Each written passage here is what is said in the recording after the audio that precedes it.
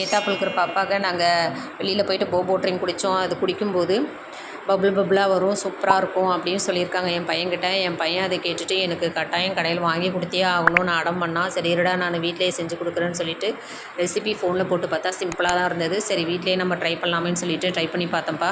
அதுக்கு ஒரு கப்பு ஜவ்வரிசி எடுத்து மிக்சியில் ஆட்டி அதை சலித்து எடுத்துக்கினா நமக்கு கிழங்கு மாவு கிடச்சிரும். இது தேவைப்பட்டால் நம்ம கடையில் கூட வாங்கிக்கலாம். அதோட ஒரு ஸ்பூனு கொக்கோ பவுட்ரு, ஒரு ஸ்பூனு பொடித்த சர்க்கரையை சேர்த்துட்டு நம்ம கொதித்த தண்ணி இதோடு கலந்து சப்பாத்தி மாவு பதத்துக்கு பிசைஞ்சிக்க வேண்டியது தான். அதுக்கப்புறமா சின்ன சின்ன உருண்டையாக உருட்டி கொதிக்கிற தண்ணியில் ஒரு 5 நிமிஷம் நல்லா அவிச்சு எடுத்துக்கினாக்க நமக்கு பபுள்ஸ் ரெடி ஆகிடும். இதை வடிகட்டும் போது ஜில் தண்ணி ஊற்றணும், இல்லைனா நம்மளுக்கு ஒன்றோட ஒன்றா ஒட்டிடும்ப்பா.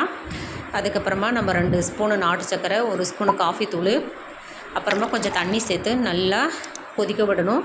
கொதிச்சதுக்கப்புறம் நம்ம வடிகட்டி வச்ச பபுள்ஸை சேர்த்து இதோட இன்னொரு 5 நிமிஷம் கொதிக்க விடணும். கொதிக்க விட்டதுக்கப்புறமா இதை ஆற வச்சு நம்ம ஃப்ரிட்ஜில் எடுத்து வச்சுக்க வேண்டியது தான்.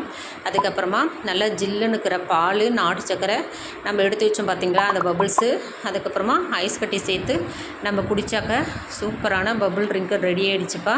சாப்பிட்டு பார்த்தா ஆனால் சூப்பராக தான் இருந்தது. என் பையனும் நல்லா தான் இருந்ததுன்னு சொன்னான்.